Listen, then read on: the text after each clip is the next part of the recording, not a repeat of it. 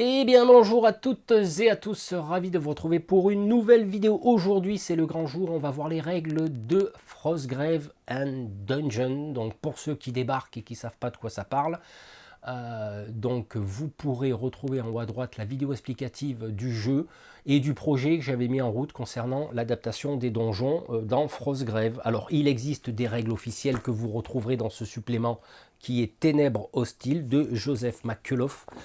Donc du coup, bah là, moi, j'ai envie d'y mettre un petit peu ma sauce, hein. Vous savez que quand je suis motivé sur un jeu, j'envoie du pâté, j'envoie de la boule de feu, il n'y a pas de souci. Donc du coup, dans cette extension, bah, il y a les règles officielles du donjon, mais en mode aléatoire, c'est-à-dire vous allez piocher des cartes qui vont vous dire où placer des trucs.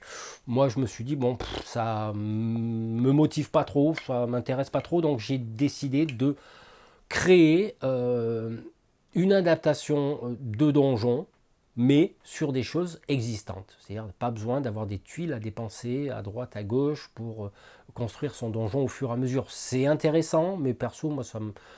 Voilà. C'est ça, je suis motivé par autre chose. Donc là, en l'occurrence, ici, j'ai des book battle mats.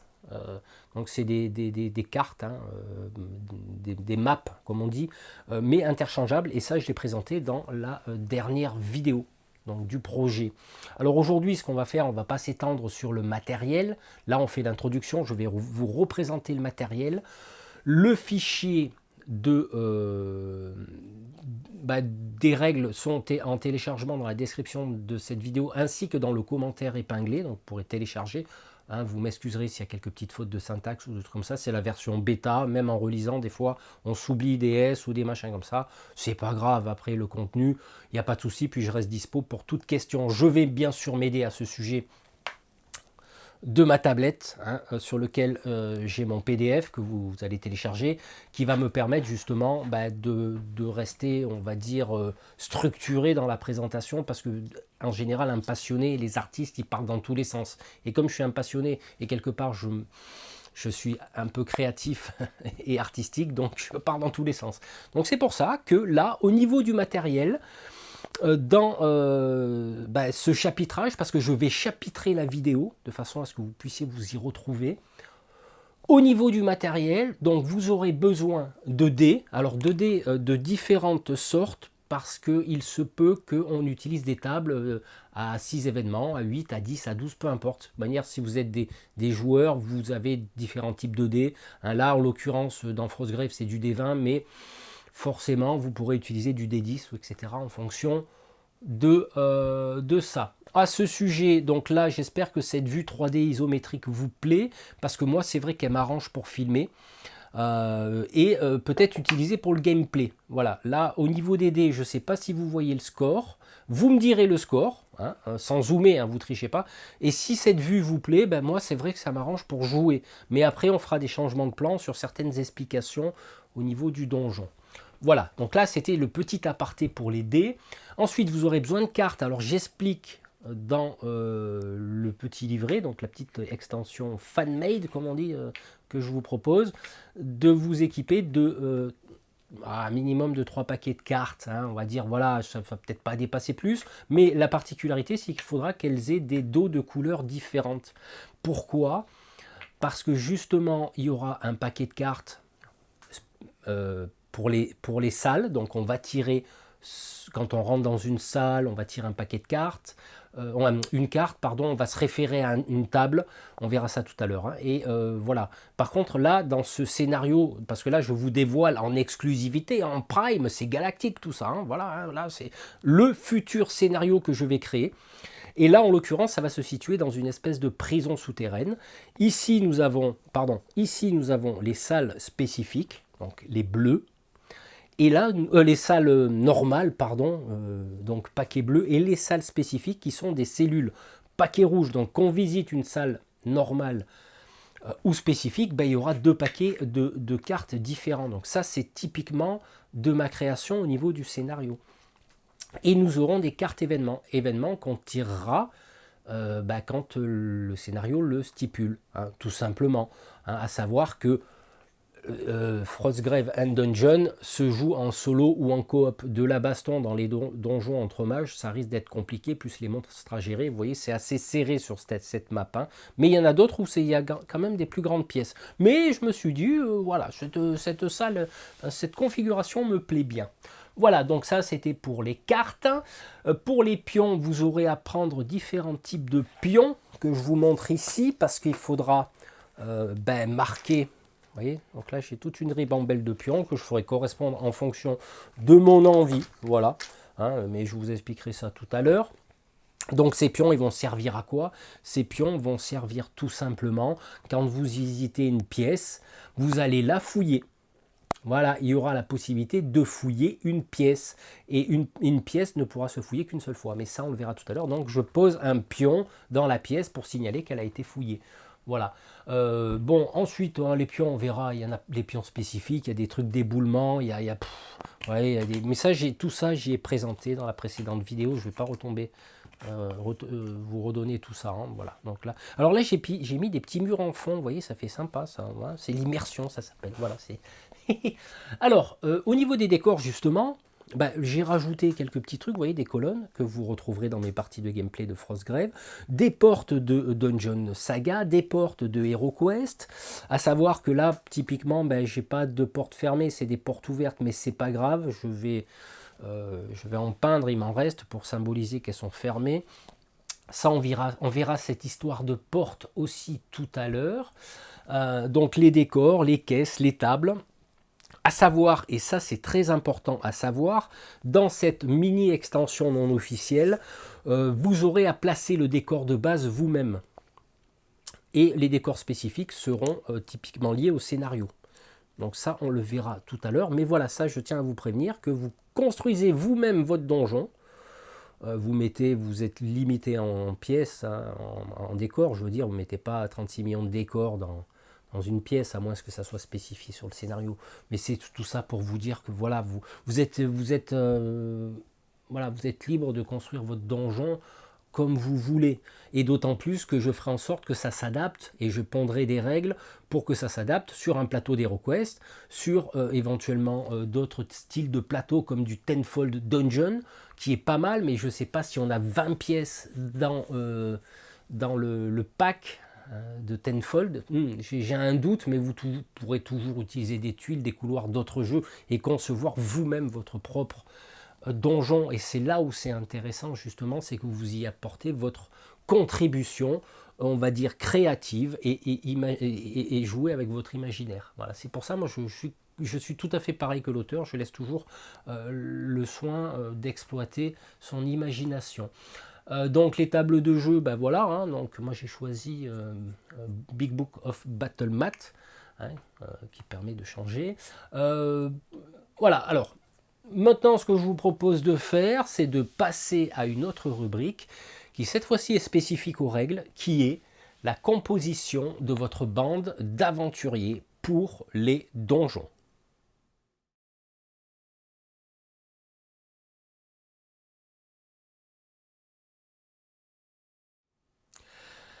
Alors, pour jouer dans les donjons, il y aura une limitation forcément, comme je le disais dans la précédente vidéo, qui est un petit peu mon point de repère et qui est sûrement le vôtre si vous l'avez vu.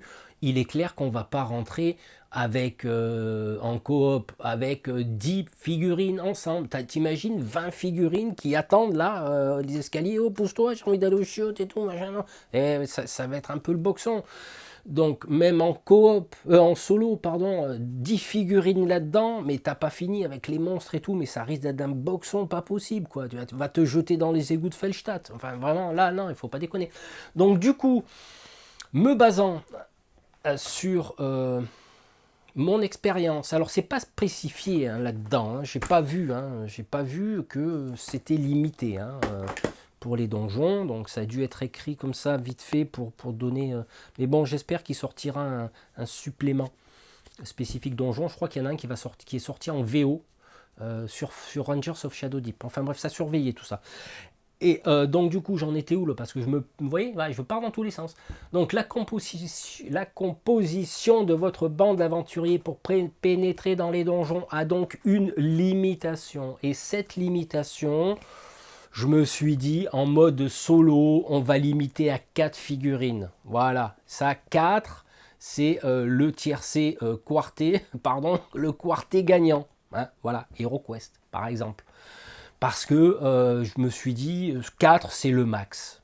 Ouais, je me sens bien, voilà, je sens bien comme ça. Donc c'est limité à 4 figurines, mais oui, il faudrait limiter en points. Donc par exemple, vous pourrez recruter qu'un seul spécialiste, dont le maximum de coût d'achat sera fixé à 125 euros. Ça, c'est vous qui voyez. Comme je vous dis, c'est la bêta. Hein, je ne suis pas créateur de jeu. Mais voilà, je n'ai pas encore bien testé. Mais à vue de nez, vous pourrez aussi recruter 2 soldats standards, dont un sera limité à 75 points. Voilà, là, ça fera 200 points, on va dire, de bande. Voilà.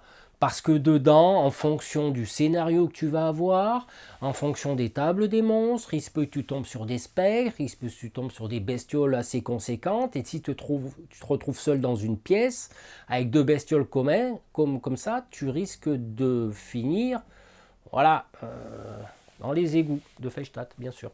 Donc voilà, c'est pour ça que je me suis dit, autant embaucher peut-être un gros truc du style un tank, tu vois, un barbare, un templier, voire quelqu'un après d'un peu moins fort comme, allez, j'ai recruté quoi là moi? Un Rangers. J'ai recruté un Rangers. Ah non, je me suis gouré là, non, attends. Oui, un Rangers, je crois que ça coûte 125 points. Ouais, c'est ça. 125 points, voilà, oui, parce qu'en fait, le Templier, il faudra le sauver dans le scénario, c'est pour ça que je me mélange les pinceaux, là. Donc voilà, je me dis, un mage, un voleur qui coûte 0, un brigand qui coûte 0 et un rangers qui coûte 125, parce qu'il il a un arc et un carquois, une arme de base, une armure légère. Moi, je me dis, il est assez polyvalent, il peut servir d'archer, mais en même temps de baston. Voilà, ça, c'est un peu la composition de mon truc. Donc là, 125 points. Derrière, j'ai pas aligné de points en plus. Vous voyez, donc, mais je pourrais recruter quelqu'un d'autre pour 75 points. Voilà. Donc ça, c'est un petit peu, là, c'est la phase de test. J'ai pas joué encore. J'ai pas joué, d'abord j'écris, après je teste. Donc du coup, là, ça sera pour la bande en solo. Donc pour une bande en solo, vous serez limité à 200 points. À tester. Est-ce que c'est viable ou pas? Comme vous le savez, ce jeu, eh ben, ma foi, il est assez aléatoire parce que déjà, un, tu vas tirer des cartes. Déjà, deux, tu as des combats avec des D20 et des magies et des sorts et des machins. Donc forcément, bah, je veux dire, voilà, d'une partie à l'autre, comme j'ai expliqué dans ma partie de Fausse Grève, bah, ça change du tout au tout. Voilà. Et en mode coopératif, c'est-à-dire à 2 joueurs, bah, vous serez à tester toujours, limité à 2 figurines par joueur avec les possibilités d'achat d'un spécialiste ou d'un soldat standard pour un maximum de 100 points. Là, je me suis dit, comme on a 2 mages sur la table, chacun va avoir une figurine de spécialiste limitée à 100 points. En totalité, ça fera du 200 sur la totalité, sur le groupe général. Bon, le mage est puissant, les mages sont relativement puissants en général. Je me suis dit, bon là, pour 100 points, on pourra recruter, je ne sais pas qu'est-ce qu'on peut recruter pour 100 points, mais voilà, même pour 75 un archer, parce que bon, faut essayer j'essaye en même temps d'équilibrer. Et c'est pas évident, je vous le dis, c'est pas évident quand un jeu est assez aléatoire. Mais bon, on y arrive. Donc la particularité aussi de la création et de la composition de votre bande, c'est qu'au lieu, par exemple, de recruter un brigand, quel que ce soit, voilà, hein, vous aurez la possibilité de remplacer votre soldat par une invocation d'animal ou autre. Mais vous devrez le faire en début de partie, c'est-à-dire qu'au lieu d'avoir mon brigand qui est ici, eh ben, je vais dire, ben, moi je vais essayer d'invoquer un ours avant de rentrer dans le donjon. Voilà. Un petit peu. Ça, c'est les règles normales hein, du jeu, mais sauf que là, on rentre dans un donjon. Voilà. Donc là, c'est pour la composition de votre aventurier. Si vous avez des questions, vous mettez en commentaire, parce que là, on n'est pas en direct, donc je ne pourrai pas répondre.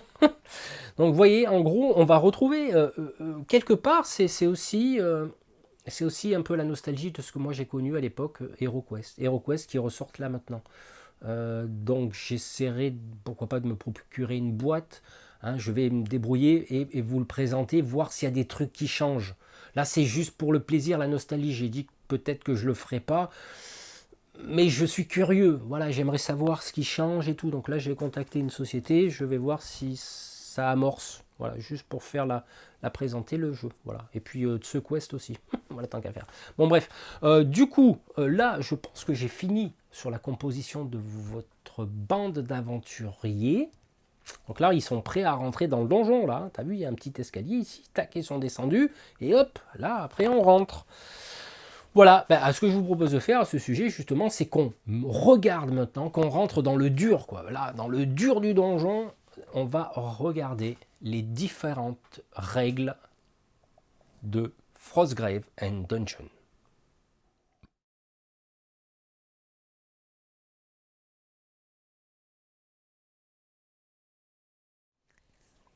Allez, on attaque le dur des règles, hein, du donjon, avec des adaptations, avec des règles officielles qui sont intégrées, des règles officielles qui sont un petit peu différentes. Voilà, donc ça, c'est pas un souci. Donc je vous ai parlé tout à l'heure de la mise en place du donjon. Donc je récapitule, vous concevez vous-même votre donjon en ce qui concerne les salles, les salles normales, hein, on va dire. C'est-à-dire qu'il y aura sûrement des salles spécifiques ou des décors spécifiques liés au scénario. Dans ce cas-là, il faudra les mettre de côté. Mais à savoir que vous n'allez pas trop surcharger les salles. En l'occurrence, ici, sur cette thématique de prison, j'ai des salles spécifiques et des salles normales. Dans des salles qui font du 3x3 au niveau des cases, vous mettrez un élément de décor. Vous verrez vous laissez des salles vides. C'est pas important parce que si vous découvrez une salle et qu'on vous dit mettez une bibliothèque, etc. Donc comme ça vous laisse les emplacements. Hormis que le scénario dit trouver un débarras, par exemple, un débarras où il y a des armes. Et là, vous mettez tous les décors et ça sera considéré comme des terrains difficiles. Peu importe, c'est une idée. Donc à savoir que ça vous incombe de créer votre scénario. Ce que je vous propose justement à ce sujet, c'est garder en mémoire l'installation de ce scénario qui me paraît pas trop mal au niveau de l'agencement du donjon. Ici, c'est une salle à manger. Là, ce sont des cellules, donc j'ai mis des lits pour rester dans le thème. Il y a quelques petites caisses ici. Il y a des caisses qui traînent pour couper les lignes de vue. Hein, pas trop non plus, parce que bon, il ne faut pas trop surcharger le donjon. Hein, dans les règles normales de partie à Feldstadt, il y a déjà quand même pas mal de charges au niveau des corps. Là, on va dire qu'on s'allège un petit peu. Voilà. Et puis vous mettrez les décors de côté, les décors spécifiques. Vous regarderez le scénario, ça sera expliqué. Avant de passer à la décomposition d'un tour de jeu, il faut savoir que pour faciliter les déplacements, peut-être aussi les tirs, les lancements de sorts, etc., au lieu d'utiliser le maître ruban, hein, vous pourrez utiliser les cases, c'est mieux. D'expérience, c'est mieux dans ce cas de figure d'utiliser les cases, mais ça ne vous empêche pas d'utiliser le maître pour savoir, par exemple, si un monstre doit s'approcher vers la figurine alliée la plus proche. Dans ce cas-là, vous pourrez dire le zombie, il est plus proche du mage que du guerrier. Voyez, donc ça, c'est intéressant aussi au niveau du maître, mais pour les déplacements, les tirs, les distances, ouais, pourquoi pas utiliser les cases, bien que le tir on puisse utiliser le mètre aussi. Voilà, donc une case égale un pouce, parce que les cases font, je vais vous le dire tout de suite, elles font un pouce et demi. Voilà. Les cases font un pouce et demi, ce qui va changer certaines choses dans les règles. Et ça, c'est important de le savoir, mais on le verra tout à l'heure, parce que si je commence à partir dans tous les sens, vous n'allez plus rien comprendre. Donc les lignes de vue, donc et déplacement, une case, un pouce. Voilà, tout simplement. Qu'est-ce que j'ai noté d'important au niveau des règles? Je regarde au niveau des cases, hein, donc ça on le verra tout à l'heure, hein, les déplacements, mais là on va regarder, parce que les déplacements, vous verrez, il y a quelques petites choses qu'on pourra faire qui sont sympas. Donc oui, la décomposition d'un tour, ça c'est important. Donc au niveau du tour, vous aurez potentiellement 4 phases, dont la première phase s'effectuera tous les 3 tours en mode solo et tous les 2 tours en mode coop. Cette première phase concerne l'événement qu'on tirera au niveau des cartes. On tirera une carte, on se référera à un tableau et on va dire ce qui se passe. Voilà. En l'occurrence, ici, vous n'aurez pas tiré cette phase d'événement à tous les tours. Ça sera stipulé dans le scénario. Donc tour 1, tac, il n'y a pas d'événement. Tour 3, hop, il y a un événement. Donc vous compterez les tours. Tac, on tire une carte, on regarde ce qui se passe, on consulte la table qui est liée à la carte. Voilà, ça c'est tout simple. Autrement, le reste du temps, comme habituellement, les règles officielles, vous activerez votre mage, ensuite vous activerez votre soldat et ensuite vous activerez les monstres. À savoir que vous pourrez faire une activation de groupe à condition que le mage il ait en ligne de vue ses soldats. Tout simplement. Donc potentiellement ici, à l'entrée du donjon, là il peut faire une activation de groupe et ensuite chacun va essayer de farfouiller à droite à gauche. Bon. Se séparer, c'est comme dans les films d'horreur, je ne sais pas si chacun doit se séparer d'un côté ou de l'autre, parce que si tu te retrouves seul avec 4 zombies, t'es mal. En gros, t'appelles de l'aide, tu cries dans les couloirs. Voilà, en gros. Donc voilà, alors ce que je vous propose de faire maintenant, c'est de voir quelques exemples de déplacements. Alors au niveau des déplacements, je vous apprendrai rien pour ceux qui ont l'habitude de jouer à ce style de jeu, sauf que je vais y apporter des choses, soit effectivement ça existe déjà, soit je m'en rappelais plus et ça existe déjà, soit effectivement ça n'existe pas et je le mets en place. Alors à savoir qu'au niveau des mouvements, on va les compter en cases, c'est beaucoup plus simple et c'est plus rapide. Là on va prendre quelques petits exemples par contre qui peuvent se produire au niveau du jeu. À savoir que là, admettons, mon mage, il a 6 cases de déplacement et donc il peut se déplacer. 1, 2, 3, 4, 5, 6. Donc là, je pense que là-dessus, c'est simple. Donc non, c'était pas mon mage, c'était mon ranger. Peu importe, on s'en fout. À savoir que, admettons, c'est au tour du soldat, du barbare, admettons, de se déplacer. Il pourra éventuellement passer à travers une figurine alliée. On peut passer à travers, c'est-à-dire, pousse-toi, je passe. Donc 1, 2, 3, 4, 5, 6. Donc ok, on le laisse passer. Donc il n'y a pas de spécificité là-dessus. J'ai voulu aller au plus simple. Les couloirs sont étroits, forcément. C'est mieux comme ça pour la jouabilité de pouvoir passer à travers une figurine alliée. Voilà. Il n'y a pas de restriction de déplacement en diagonale. Comme vous avez pu le voir, j'ai fait 1, 2, 3, 4, 5, 6. D'accord ? Ok. On pourra aussi éventuellement, selon un cas concret, par exemple ici, donc ça bloque bien sûr la case, mais on a une caisse devant. Alors vous avez la possibilité, par exemple, de monter sur une caisse.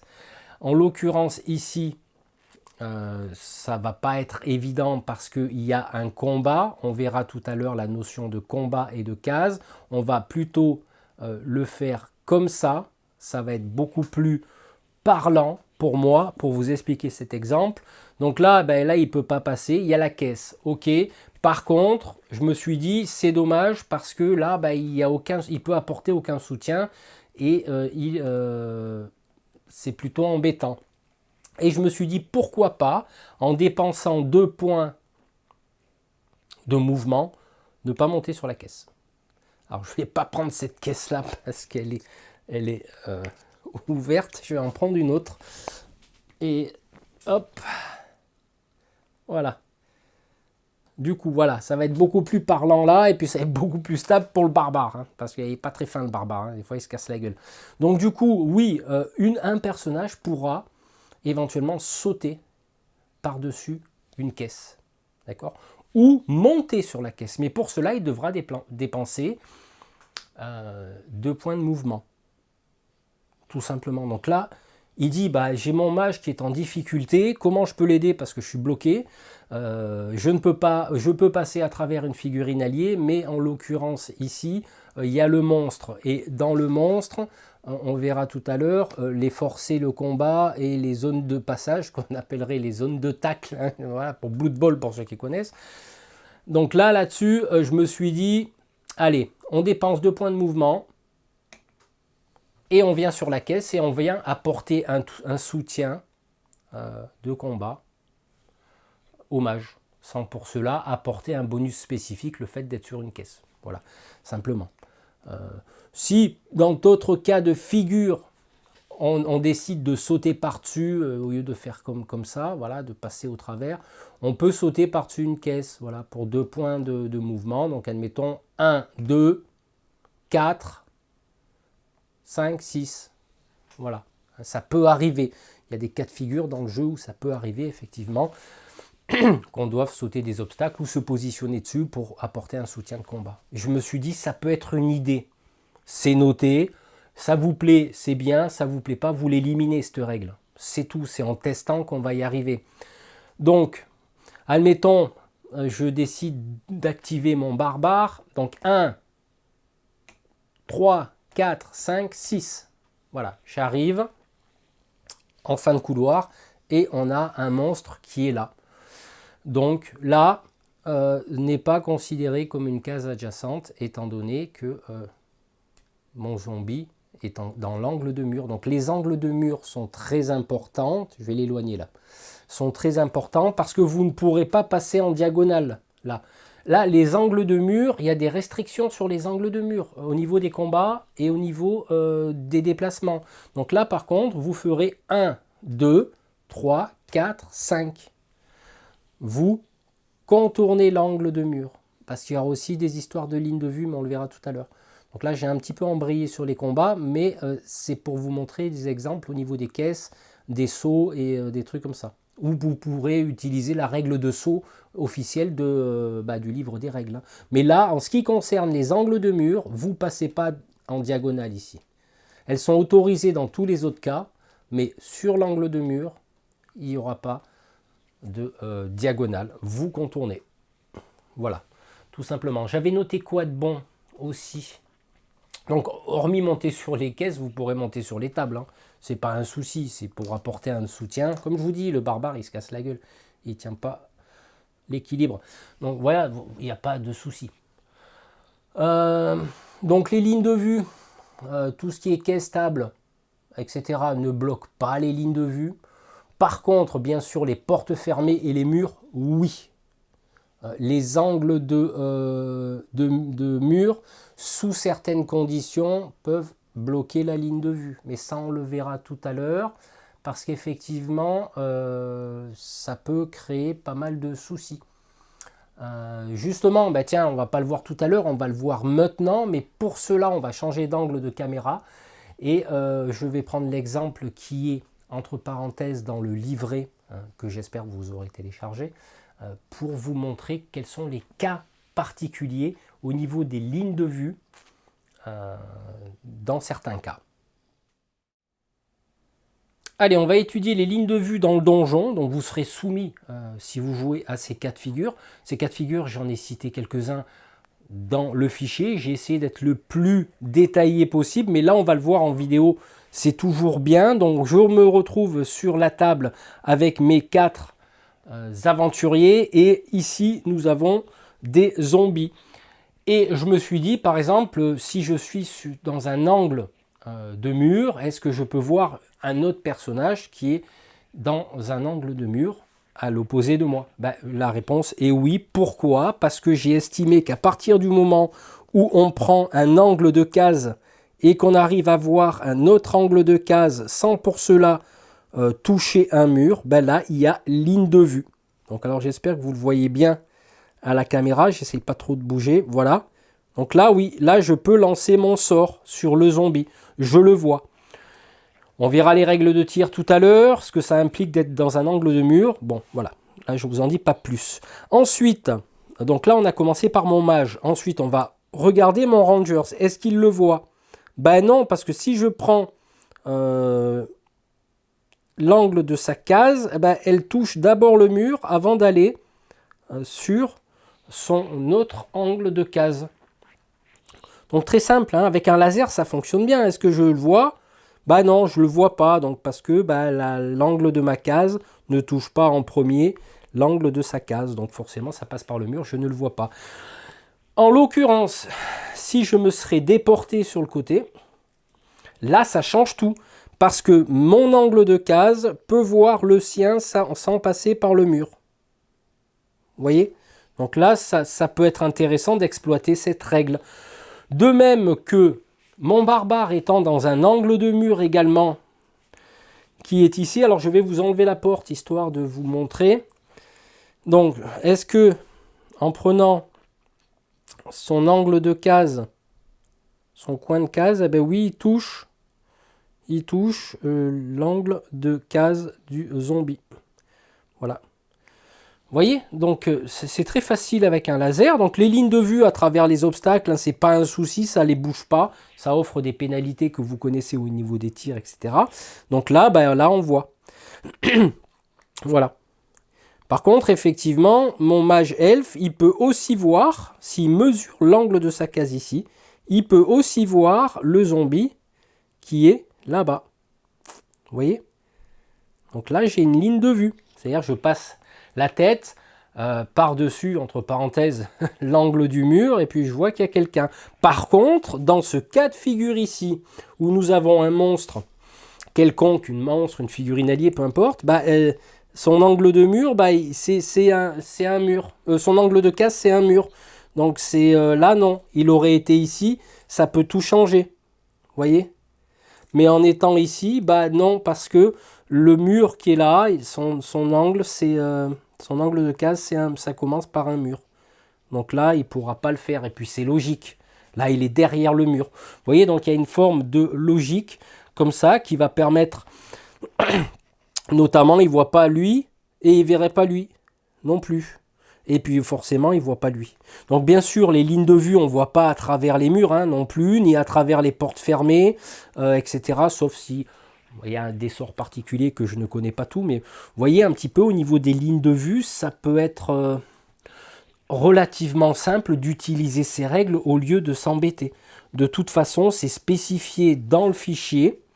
Vous pourrez, voilà, dans votre donjon, quand vous tomberez sur des cas de figure particuliers, utilisez un laser et prenez un coin. Donc là, j'invente rien, ça existe hein, dans certains jeux, je ne me rappelle plus lesquels, mais c'est vrai que pour dire si j'ai la vue, bah oui, je l'ai. Donc d'où l'importance éventuellement de se positionner en fonction des couloirs. Là, je ne le vois pas, c'est pas possible parce que mon laser, il touche d'abord son mur avant de toucher son coin de case. Voilà, c'est tout, c'est simple, il n'y a pas à se prendre la tête. Voilà, un petit peu.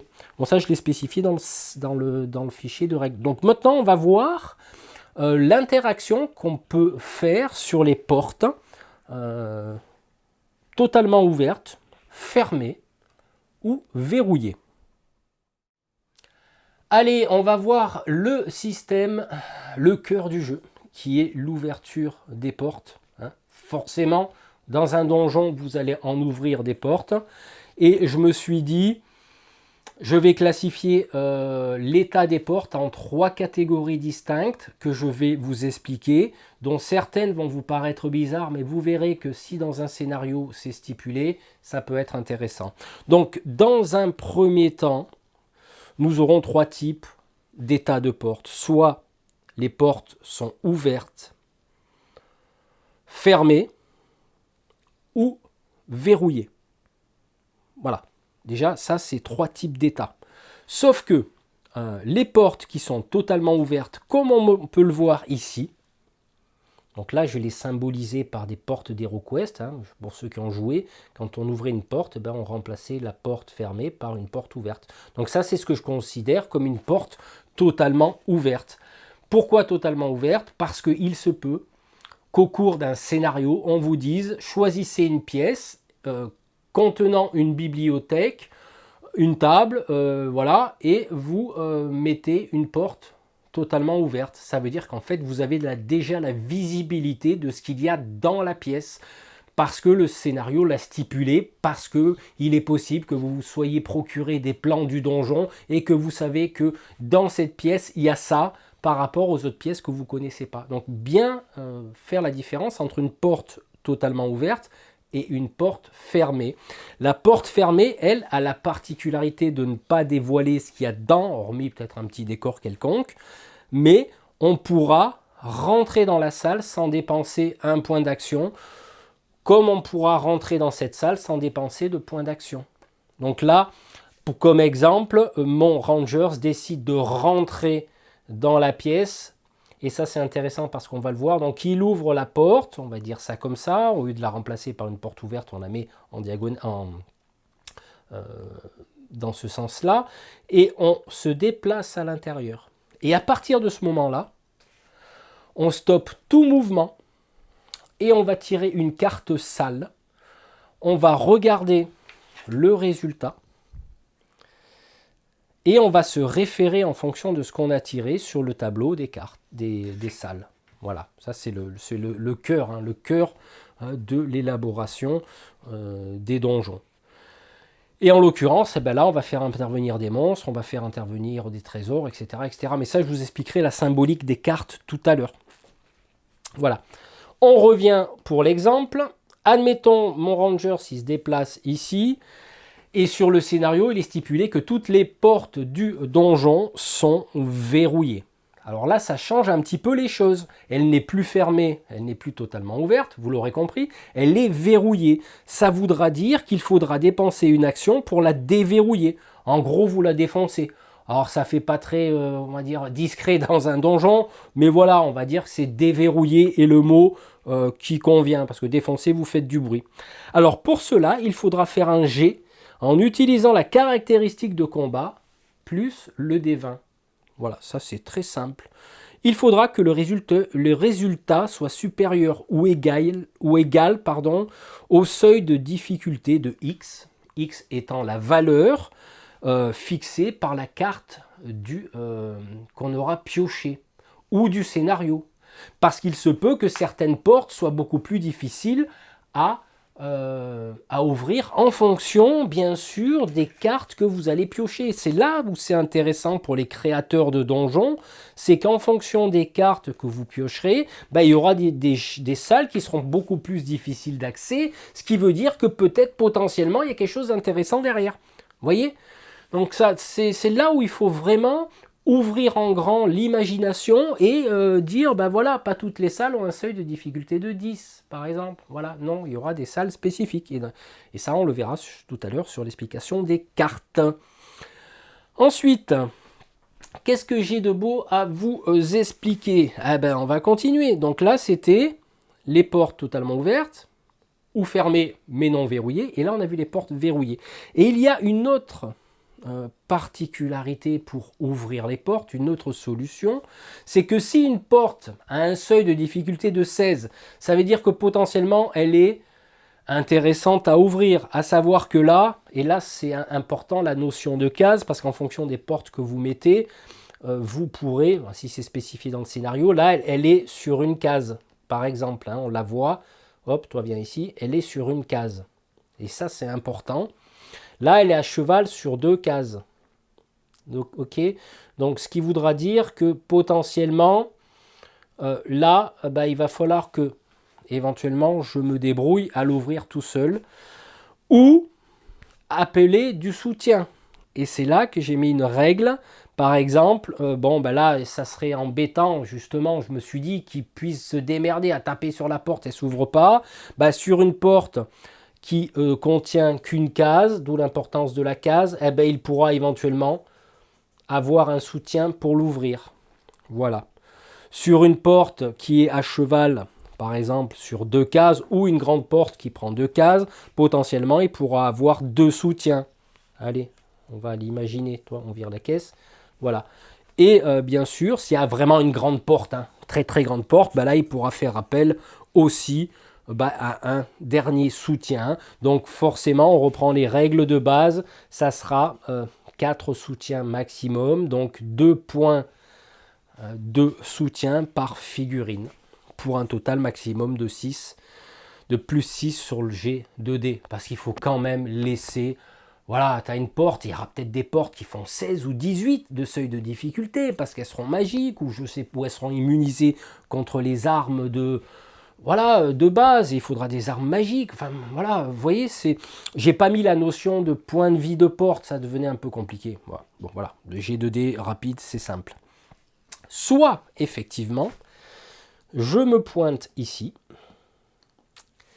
et donc ça, c'est la troisième solution, parce que je le rappelle, je me répète, parce que je radote et je suis vieux.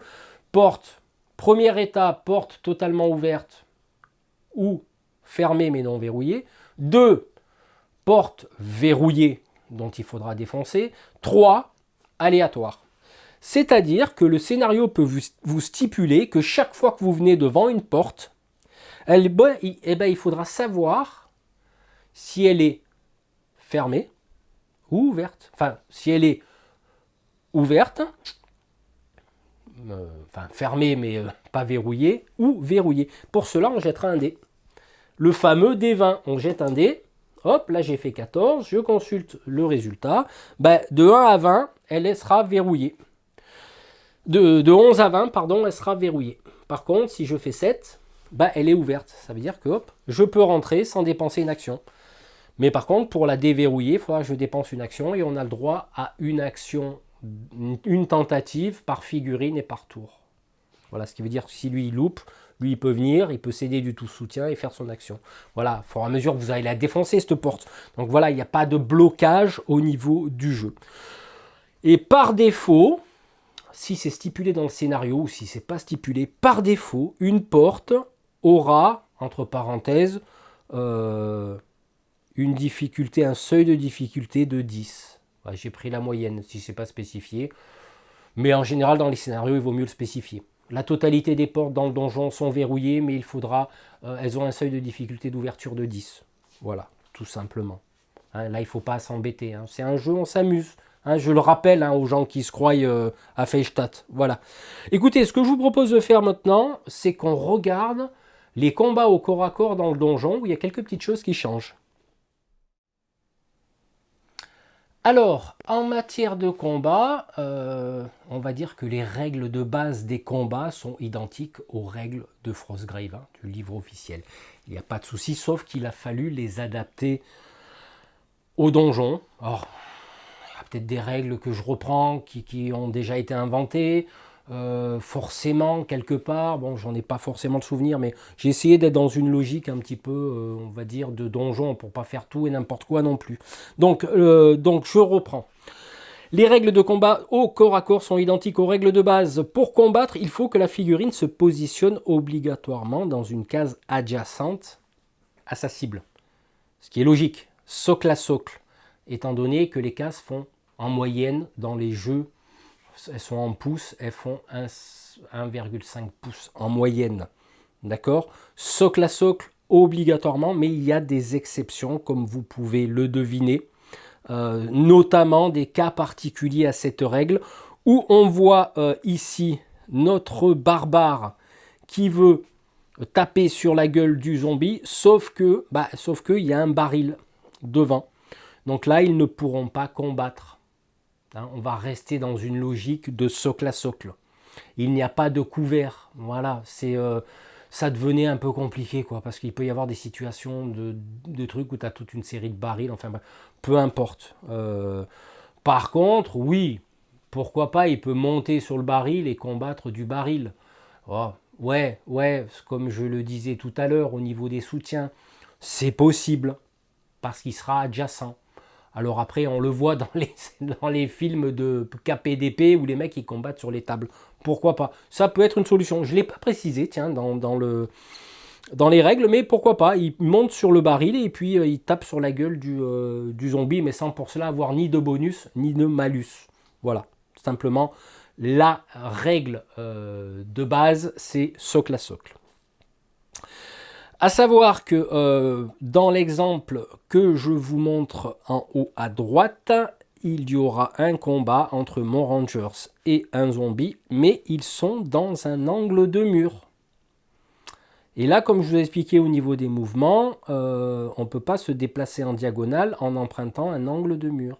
Et c'est pareil pour le combat. combattre dans un angle de mur n'est pas considéré comme une case adjacente, même si il y a une diagonale. Voilà. Donc, dans ce cas de figure, les figurines se voient, mais ne se combattent pas. C'est la petite précision.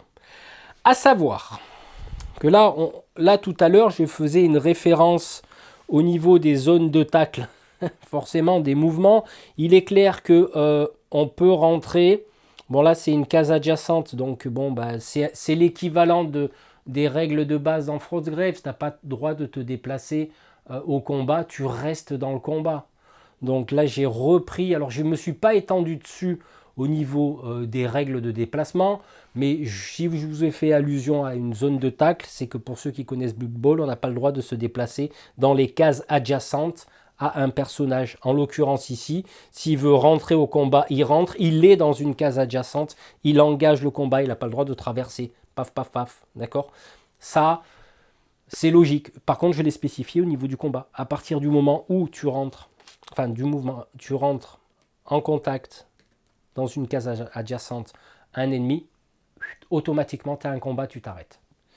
Voilà. Et tu apportes un soutien. Alors là, c'est sûr que là, on peut avoir 4 soutiens tranquilles. Hein. Si lui, tiens, il va monter sur la truc, il veut faire le malin, il ne s'est pas cassé la gueule, là, c'est bien. Donc, vous voyez, donc là, c'est important. Ces histoires de zone sont importantes parce qu'on ne pourra pas traverser une zone, on va dire, qui entoure, tiens, il s'est cassé la gueule finalement, qui entoure la figurine ennemie. Voilà, ça c'est logique. Alors, combattre dans un angle de mur, je l'ai fait. Combattre à travers les décors, c'est interdit aussi. Forcer le combat. Alors là, oui, là c'est justement, ça change des règles de base officielles. Par exemple, si mon personnage est ici, allez, on va enlever le baril. Voilà, les deux personnages là, bah, ils sont à une case de distance. L'ennemi ne peut pas dire je te force le combat. Voilà, cette règle, vous l'oubliez. Dans les donjons, on l'oublie. C'est 3, c'est tout ce que tu veux, mais je veux dire, là, ça serait... On peut, si ça vous tient à cœur, vous pouvez dire. Hein, de toute manière, le fichier, je vous le file. Après, vous en faites ce que vous voulez. Vous vous adaptez. C'est pas un problème. Mais pour moi, ou moi-même, ben, le monstre ou moi-même, je ne peux pas dire je force le combat et je t'oblige à venir dans une case adjacente, étant donné que déjà la case est à 1,5 pouce, alors que dans les règles, il dit toute figurine située à 1 pouce ou moins. Donc, vous voyez, donc j'ai essayé de suivre une forme de logique, mais ça c'est expliqué, pardon, c'est expliqué dans les règles. Voilà, écoutez, ce que je vous propose de faire maintenant, c'est de regarder, de passer au tir dans les donjons. Je ne vais pas parler des sorts, hein, parce que c'est à peu près la même chose. Donc là, on va regarder comment on tire dans les donjons. Allez, on va voir comment résoudre les tirs dans les donjons. C'est toujours un peu risqué de tirer dans les donjons, on est d'accord, parce qu'il y a des ricochets. Hein, voilà. Alors, comme je vous ai expliqué tout à l'heure, les lignes de vue au niveau... Alors, je regarde, oui, c'est bon. On voit bien. Des fois, j'ai peur que mon laser, on ne le voit pas. Vous voyez ici, donc là, comme j'ai expliqué tout à l'heure, il y a une ligne de vue. Forcément, il y a une ligne de vue parce que, comme j'ai expliqué aussi, tout élément comme les barils, les caisses et des petits décors comme ça, ne bloque pas les lignes de vue. Donc là, on se retrouve dans un cas particulier où vous poserez la question, parce que je me la suis posée, je me suis dit comment être le plus précis possible. C'est très simple. Les tirs dans les donjons se font selon les règles officielles, sauf que la portée pourra se compter en nombre de cases. Vous pourrez utiliser le mètre ou le laser tel que je vous l'ai montré, mais là il y a des variantes. C'est-à-dire qu'on est dans un angle de mur et il y a un obstacle. Donc comment on va résoudre tout ça? Parce qu'effectivement, il y a des histoires de couverts, il y a des histoires d'angle de mur, donc je me suis dit les gars, on va simplifier, parce qu'autrement on ne va pas s'en sortir. Donc, on va pouvoir, dans cet exemple, dire que j'ai la ligne de vue.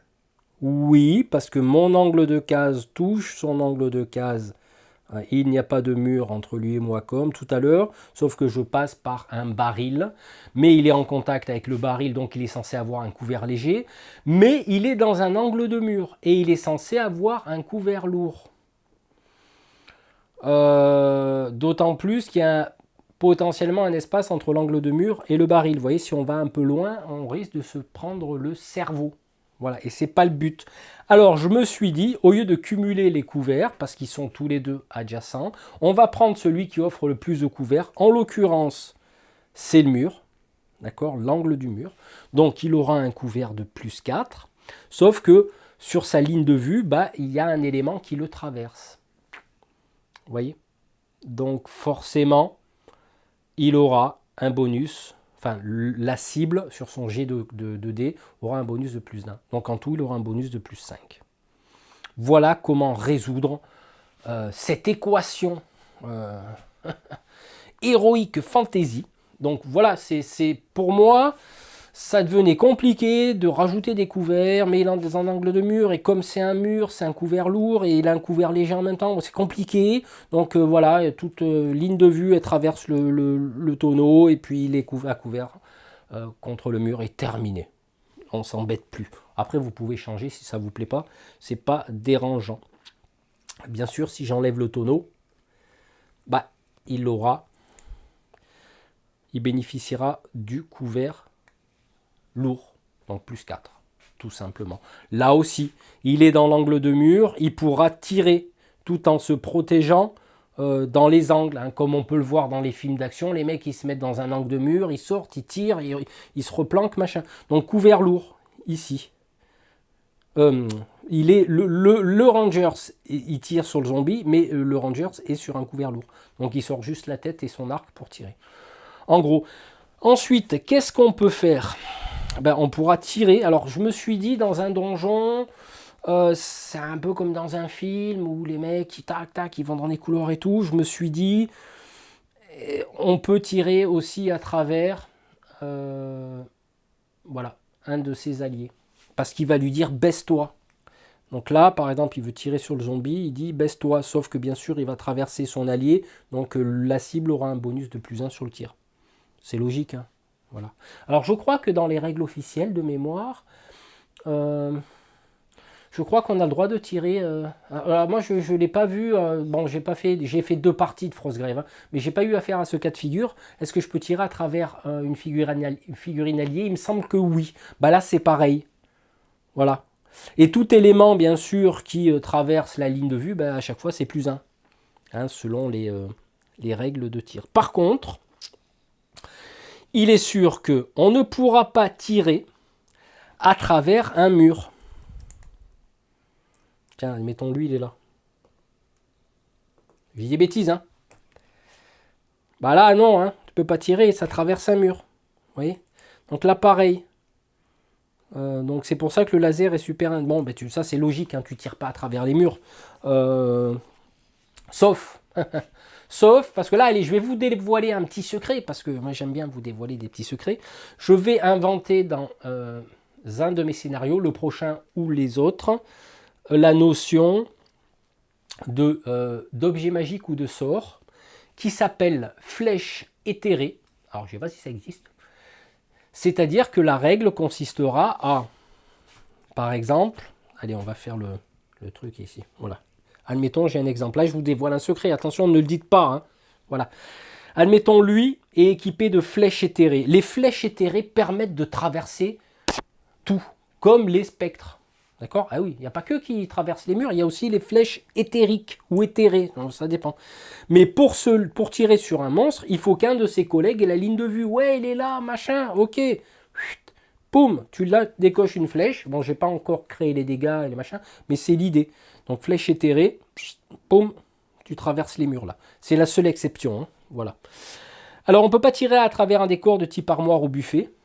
Admettons que... Allez. Comment je vais pouvoir vous faire ça? Bah ouais, vite fait ici, on enlève la tombe. Voilà, lui il est là, lui il est là. Voilà. Bah là, t'as pas le droit de tirer quoi. Hein, c'est logique. Tu peux tirer à travers les petits décors par-dessus, mais là, il y a une armoire, donc il ne faut pas non plus déconner. Donc ça, c'est les interdictions, les restrictions de tir. Et forcément, là, par contre, interdiction formelle et totale de tirer dans un corps à corps. Alors, pourquoi j'ai mis cette interdiction-là? Parce que je sais que dans les règles de base, on peut, il y a une histoire d'aléatoire. C'est parce que si je veux rentrer dans un réalisme, si je rate mon tir, il peut ricocher, partir à droite dans un couloir, etc. Donc je me suis dit, on ne tire pas dans les corps à corps. Dans les batailles rangées, d'accord, mais dans les donjons, ça peut être assez risqué. Voilà. Donc du coup, ça on oublie. Alors, on peut faire aussi des interactions de figurines. C'est-à-dire qu'à un moment donné, hop, je replace mes décors. À un moment donné, ben, on peut faire une interaction entre figurines, c'est-à-dire on se rapproche de socle à socle et pour ma deuxième action, je lui file une épée magique. Voilà, ça peut se faire. Voilà, bah, il a besoin de, je sais pas, il trouve les flèches magiques, là, les flèches éthérées, sauf qu'il n'a pas d'arc pour tirer, donc il va retrouver le ranger, ce qui est là, pour lui dire, bah tiens, je te file, j'ai trouvé des flèches magiques, je te les file. Voilà, tout simplement. Donc ça, c'était les interactions entre figurines. On aura, alors ça, je l'ai mis en option. Après, vous déciderez si vous l'utilisez ou pas, ou si vous-même vous inventez vos propres caractéristiques. J'ai émis l'idée que chaque personnage spécifique qui rentre dans un donjon a des capacités. Du style, le voleur, il aura un bonus de +1 en volonté pour fouiller des salles. Là, on verra tout à l'heure l'histoire des... Je ne sais même pas si on l'a vu. Je regarde. Non, on ne l'a pas vu. On n'a pas encore passé cette étape de fouille. Parce qu'on pourra fouiller des salles, et je crois que je vous l'avais dit déjà en début de vidéo. Mais on verra plutôt tout à l'heure comment ça se déroule. Donc le voleur, +1 en volonté pour fouiller une salle. Alors pourquoi +1 en volonté? Je me suis dit, +1 en combat pour fouiller une salle. Bon. En volonté, c'est parce qu'il a la volonté de farfouiller à droite à gauche. Mais une fois que la salle est fouillée, c'est terminé. Hein. Donc il n'y a pas quelqu'un d'autre qui vient derrière et qui la fouille. Hein. C'est terminé, on ne fouille plus. Et le barbare, par exemple, a un bonus de +1 en combat pour ouvrir une porte verrouillée. Parce que comme c'est un adversaire statique, et en général, il aime bien se battre contre des adversaires vivants ou morts, hein, forcément. Là, donc il a un bonus de combat de +1 pour ouvrir une porte verrouillée. Donc je vous laisse le soin d'inventer le reste, comme je le stipule dans le fichier. Ensuite, là, on parle un petit peu d'expérience. Je vous conseille, et l'auteur lui-même le conseille, vous conservez les règles officielles de gain et de dépenses de points d'expérience pour faire évoluer votre mage entre deux scénarios de donjon. Et ça, les règles officielles d'expérience et annotations concernant les règles de donjon, vous les retrouverez page 49 de l'extension Ténèbres hostiles. Voilà, là, j'invente rien. Par contre, j'invente des trucs. Alors, éventuellement, alors ça, j'ai pas forcément d'exemple concret à vous le proposer, donc je mets un peu ma main histoire de vous dire que je suis encore vivant, mais je vous laisse observer mes petites figurines qui sont joliment peintes, hein, quand même un petit peu. Donc voilà, je vais vous expliquer une petite règle sympa. Enfin sympa, c'est comme vous voulez. Emplacement et inventaire des figurines, c'est-à-dire que c'est optionnel. Vous pourrez par exemple, quand vous êtes entre deux missions, hein, que ce soit du Feldstadt original ou du donjon, une fois que vous revenez, vous avez terminé votre donjon, ou avant d'aller dans le donjon, c'est vous qui voyez, il y a certains personnages comme le voleur qui n'a qu'une dague, le ranger, celui il a un arc, un carquois, une arme de base, une armure légère, donc il a 1, 2, 3, 4 emplacements dans son inventaire, le voleur n'en a qu'un. C'est peut-être fait esprit, il a peut-être 3 de libre. Ça, vous pourrez vous arranger.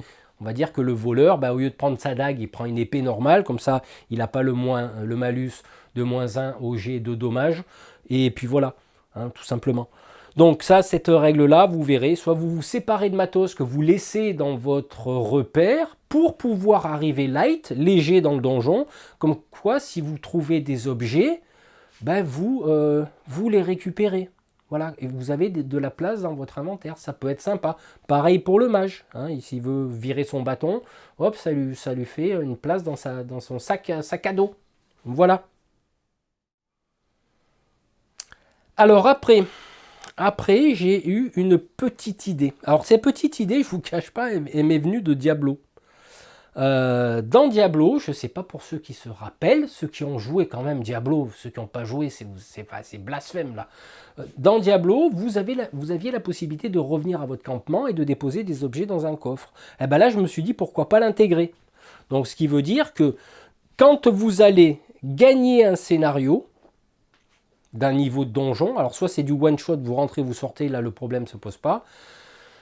Par contre, si vous faites sur du multi-niveau, dans ce cas-là, si vous gagnez un niveau, si vous avez conquis un niveau, vous pourrez dire que vous avez trouvé un coffre vide. Voilà. Et dans ce coffre, vous pourrez y stocker les armes que vous avez gagnées, enfin les objets, les parchemins, les armes magiques que vous avez, peu importe, vous les utilisez, d'où le fait de se débarrasser de son inventaire de certaines choses, d'en récupérer d'autres, etc. Vous pourrez les stocker dans ce coffre. Ce coffre contiendra un maximum de 5 objets, on va dire ça comme ça. Voilà. Par contre, après, est-ce qu'on va l'étaler à tous les niveaux? Je ne sais pas. Là, je l'ai fait l'exemple que pour un niveau. J'ai considéré que bon, vous avez trouvé un coffre vide et puis c'est valable pour toute la campagne. C'est-à-dire que, pardon, entre deux niveaux, par exemple, vous descendez au niveau 2, vous récupérez des objets magiques, des orbes, tout ce que vous voulez. Eh ben, quand vous avez réussi à conquérir le niveau 2, ben, il y a la pause, il y a la phase hors jeu, c'est-à-dire les sorts que vous pourrez lancer hors jeu, quoique là il y a des limitations aussi, mais je pense que je l'ai noté, mais c'est plus loin. Donc vous ramenez vos armes là-dedans, vous pourrez vous séparer de certaines armes, etc. Mais ce coffre-là contient 5 objets maximum, et vous le ramènerez à votre repère dès que vous aurez fini la campagne. C'est une idée, toujours. Vous voyez? Donc on peut trouver, parce que c'est vrai que visiter 3 niveaux de donjon, je crois que c'est le maximum, parce que ça va être chaud. Donc voilà, c'est un stockage temporaire dans un coffre. Rajoutez-en un par niveau, pourquoi pas. Voilà. Et là, on arrive dans les fouilles de salle. Alors là, par contre, je vais prendre un exemple. Alors, je reprends un petit peu ce qu'on a dit tout à l'heure au niveau des salles. Admettons que bon, on a réussi à ouvrir cette porte. Je rentre dans la salle, je stoppe immédiatement mon mouvement, je tire une carte. Le résultat est 3 de pique. Je vais consulter le tableau correspondant au tirage de la carte. Donc le tableau des cartes de salle, des événements de salle. Et là, je tombe, admettons, sur une carte qui me dit cette pièce est vide, seule une caisse est positionnée dans l'angle supérieur gauche de la pièce. Il n'y a rien d'autre. Mais en faisant un jet de fouille avec un SD de 12, vous pouvez trouver quelque chose. Donc on jette le dé. Donc admettons, c'est un voleur. Hop. Il fait 11. J'avais dit combien? Je ne me rappelle plus. 12. 11. Et comme le voleur, eh ben, ça tombe bien parce qu'il a un bonus de volonté de plus 1. Et comme il a 0 en volonté, ce sacré voleur, ben là, il tombe à 12. Et 12, il réussit. Ce qui veut dire qu'il a réussi sa fouille. Et quand on réussit une fouille, je crois qu'on gagne des points d'expérience. Est-ce que je l'ai noté? Non, je ne l'ai pas noté. Ça, il faudra que je le rajoute dans le fichier qui vous sera à jour par contre. Donc, voici un exemple de fouille. Tout simplement. Et donc, sur la table, il sera dit si vous réussissez, donc si vous ratez, vous ne voyez rien de spécial, auquel cas, quoi qu'il arrive, on va mettre un petit jeton pour dire qu'on a fouillé. Si toutefois vous avez réussi, vous trouvez par exemple un faux plancher au niveau du coffre vide et vous allez tirer sur la table des trésors. Donc la table des trésors, c'est une table spécifique liée au donjon et pas forcément liée à la table des trésors et potions et tout ce que tu veux sur le livre des règles. Ça, on le verra plus tard. Donc voilà. Donc ça, tu récupères ton trésor instantanément. Ça, voilà, c'est écrit un peu plus loin. Donc tu récupères ton trésor instantanément. Et suite à ça, tu mets un pion pour signaler à tout le monde que cette pièce a été fouillée, il n'y a plus rien. Voilà. Par contre, on peut rentrer dans une pièce et on peut fouiller. Et on peut trouver un passage secret. Alors ça peut être intéressant. Parce que là, admettons, ben, j'ai réussi mon G2D ici. Donc je n'ai pas encore signalé que ma pièce a été fouillée. Je réussis mon G2D. On me dit, dans cette pièce, vous trouvez un passage secret. Ah, ça peut être intéressant. Et il est précisé de suivre une certaine logique. Donc là, on va suivre une logique. Mon personnage trouve un passage secret et il y aura des priorités où se situe ce passage secret. Par exemple, sur la carte, il est indiqué que le passage secret se situe en haut de la pièce. En haut, on ne peut pas, il y a une porte. Ou à droite, par rapport à l'entrée du personnage. Et là, je peux, admettons, si cette pièce-là n'a pas été visitée, je peux dire, ok, il y a un passage secret. Alors, est-ce que le passage secret va effectivement permettre de passer d'une pièce à l'autre? Admettons que celle-là a été verrouillée ou machin, ou qu'elle est éventuellement magique, que le seuil de difficulté est assez... on ne sait pas trop ce qui s'est passé. Bref, peu importe. On va dire, dans ce cas-là, hop, vous positionnez le passage secret. Donc, il n'y aura pas besoin de faire un G de D pour ouvrir le passage secret, puisqu'étant donné qu'il est censé avoir fouillé la pièce, on fouille la pièce, donc comme je vous dis, on rentre, on ne va pas le déplacer, il fouille comme ça, tac, il trouve un passage secret. Et on peut passer de là à là.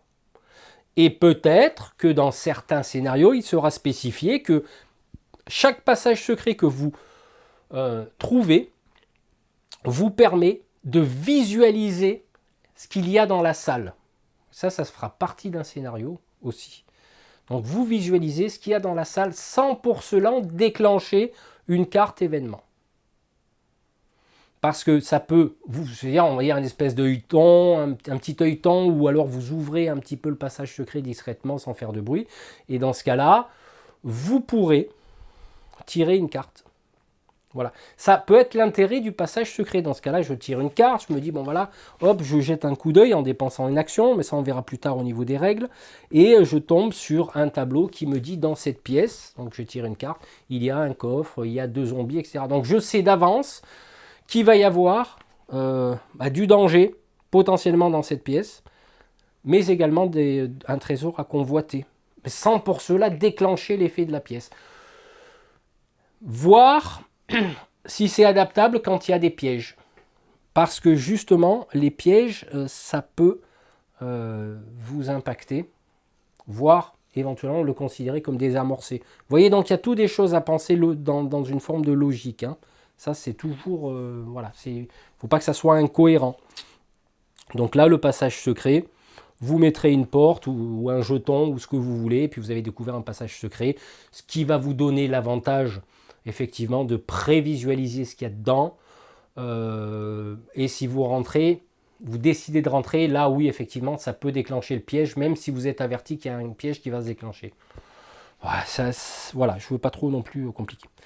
Alors, il y aura la découverte des trésors, donc il faudra tirer des trésors sur la table des trésors spécifiques, comme je le disais, et non sur la table officielle.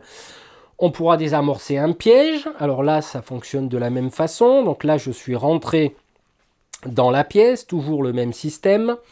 Elle me stipule qu'il y a un piège et que potentiellement, vous pourrez le désamorcer parce que je laisse toujours une porte de sortie.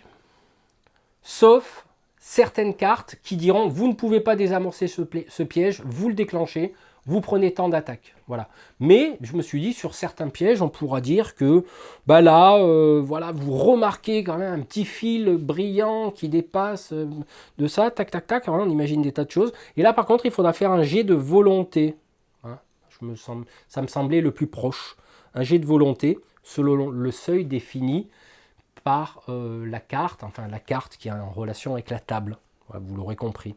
pour réussir. Donc si le jet est réussi, par contre là oui, le gain sera de 5 points d'expérience, que je rajouterai sur éventuellement les passages secrets. Par contre, si le jet est raté, il se prendra une attaque de X, donc c'est le déclenchement du piège. Il y a différents types de pièges qu'on pourra mettre. Voilà. Ça peut être intéressant d'y rajouter les pièges. Un donjon égale piège égale machin. Voilà. Ça, c'est important. Alors là, quelques petites explications au niveau du mode campagne. Donc, dans le mode campagne, vous ne pourrez pas ressortir du donjon pour aller acheter, vendre des objets, ainsi que recruter des soldats. Vous ne pourrez pas non plus retourner dans votre repère. Ça, typiquement, c'est les règles officielles de Joseph. Comme je le rappelle, page, je ne sais plus combien, 47, je crois, ou 49, du livre des règles. De l'extension Ténèbres hostiles. Voilà. Par contre, et là c'est important, c'est les blessures dans les campagnes. Si un personnage est hors de combat au cours d'un scénario, il n'est pas mort ni ne souffre de blessures permanentes. Donc ça, c'est les règles de Joseph, c'est pas les miennes. Il reviendra en jeu lors du scénario suivant, en récupérant 6 points de santé, ou remonter à la moitié de son niveau de santé de base arrondi au supérieur. Donc par exemple, s'il a perdu 3 points de vie dans ce scénario, et que son total de points de vie, de points de santé, pardon, parce que mon point de vie pareil, vous avez compris, est de 10, il remontera à 5. Voilà. Alors par contre, Joseph stipule qu'il faudra, vous pourrez choisir le plus avantageux, mais vous ne devrez jamais dépasser le maximum de ces points de base. Donc, voir règle. Page 49 de l'extension Ténèbres hostiles. Pareil pour les sorts hors jeu. Chaque mage peut tenter de lancer un sort hors jeu avant la prochaine partie. Si le lanceur de sort dispose d'un sort de soin, il peut tenter de le lancer comme un sort hors jeu. Voir les règles, page 49 de l'extension Ténèbres hostiles de Joseph. Donc là, j'ai rien inventé. Alors maintenant, il est important que je vous explique un petit peu la notion de table et de carte.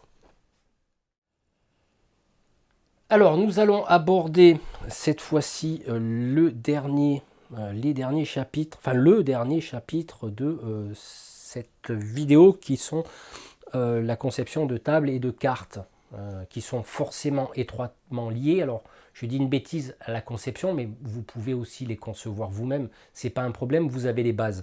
À savoir que je n'ai pas encore construit les tables qui correspondent aux cartes. Donc on pioche une carte, il y a un effet sur une table qui correspond à la carte. Vous l'aurez compris, ça reste relativement simple.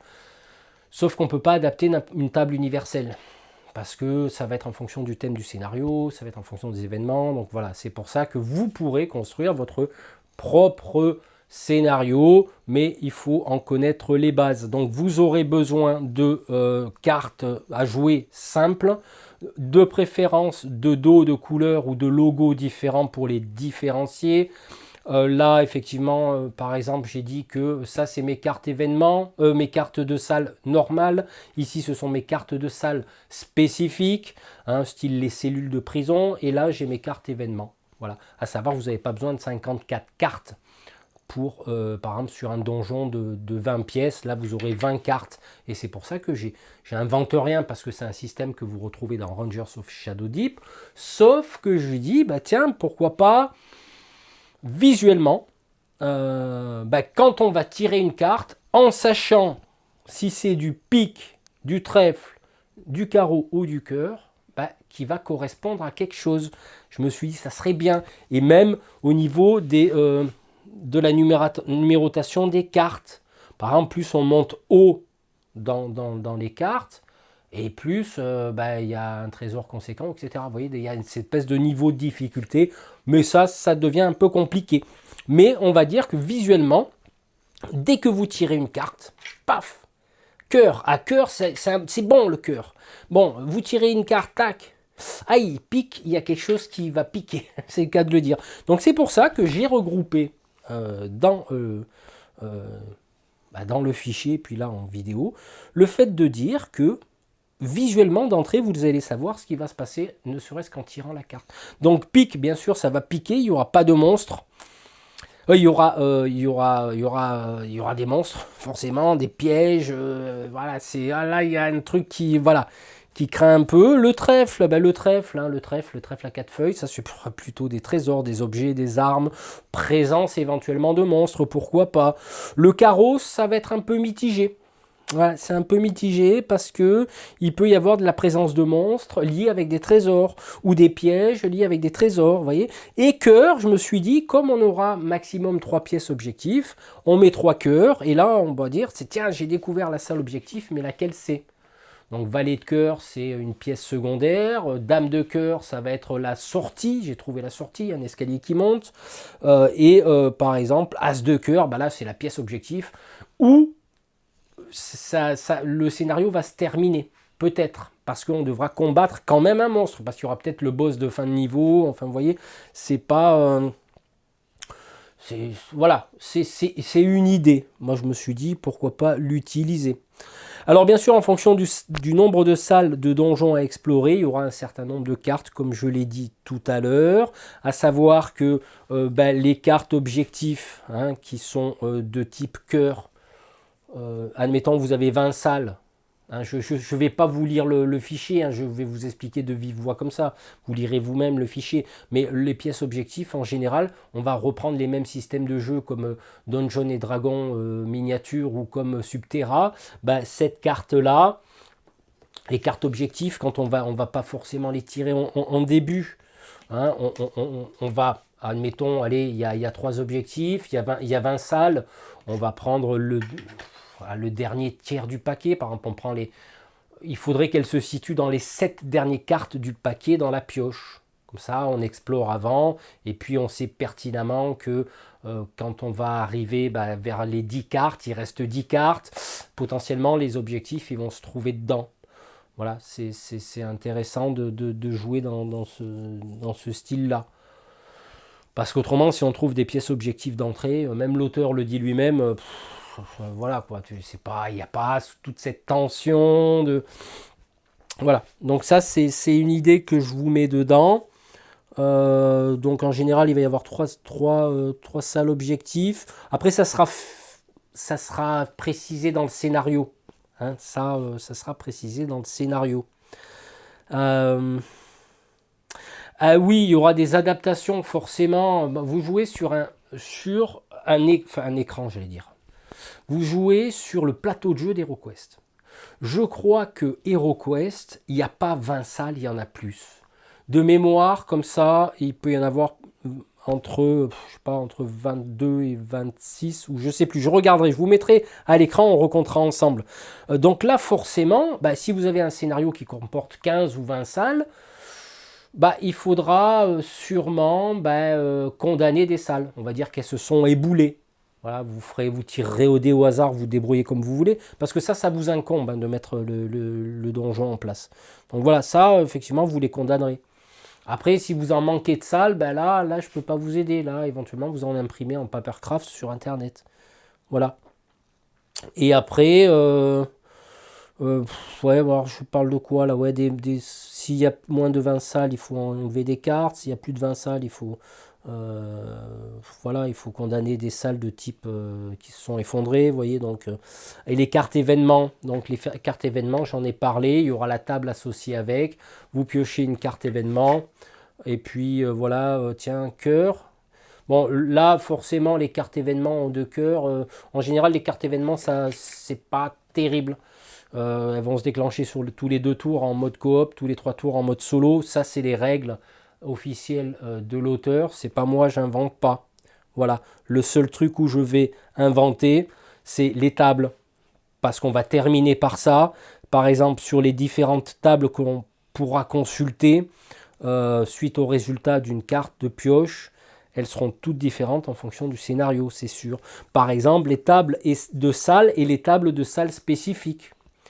Donc, comme je vous ai dit, dans le scénario que je vais vous créer, je suis en train de créer, il y aura des tables de salle normales et des tables de salle de cellules, parce qu'il faudra retrouver notre ami Templier qui s'est fait capturer, machin. Donc, il y aura 2 paquets différents, d'où le fait d'avoir un paquet bleu, un paquet rouge. Voilà, salle normale, salle spécifique. Il y aura une table d'événements qui sera liée, bien sûr, aux cartes événements, forcément.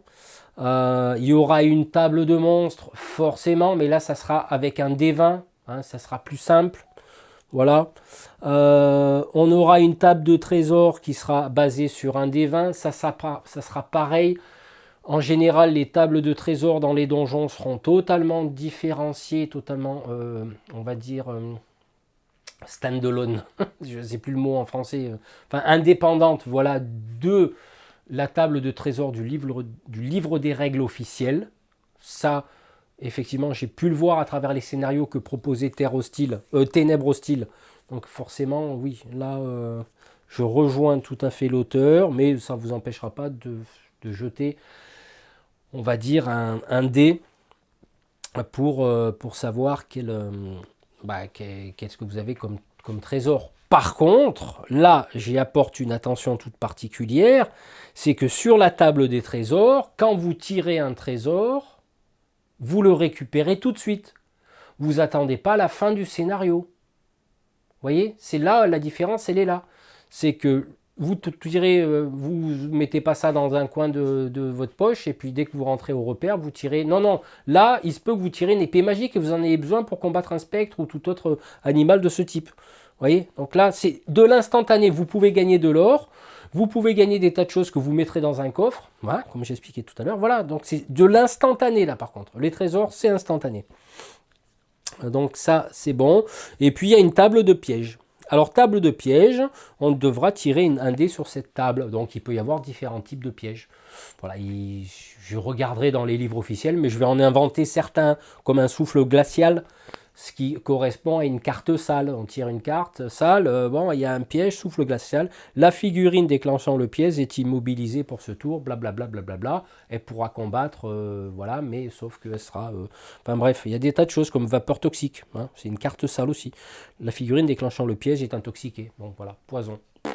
Voilà, bah après on joue avec les règles du jeu. Voilà, bah écoutez, je crois que c'est tout. Je vais vous remontrer une vue, une belle vue de ce donjon, et puis on s'y quittera sur ces images. Voilà, c'est ainsi que s'achève cette vidéo. J'espère qu'elle vous aura plu. J'espère qu'elle vous aura surtout donné l'idée de construire vos propres donjons et que vous allez vivre de belles aventures dans les souterrains de Feldstadt. Donc, faites-moi un petit retour si vous voyez quelques petites fautes d'orthographe ou des fautes de syntaxe, de formulation de phrases. Hein, c'est pas grave, comme je vous dis, c'est un métier. Il y en a qui créent. Et puis, il y en a qui ont la capacité d'écrire ce que les autres ont créé. Moi, j'essaye d'être les deux, c'est pas évident. J'offre ça à ma communauté, c'est totalement gratuit. Hein, forcément, hein, on part de quelque chose qui est payant, hein, qui a des licences, mais dont on essaye d'étendre le jeu, parce qu'il ne faut pas oublier non plus, et les auteurs, je pense qu'ils le savent aussi, c'est que c'est la communauté qui fait vivre le jeu. J'espère y apporter ma modeste contribution.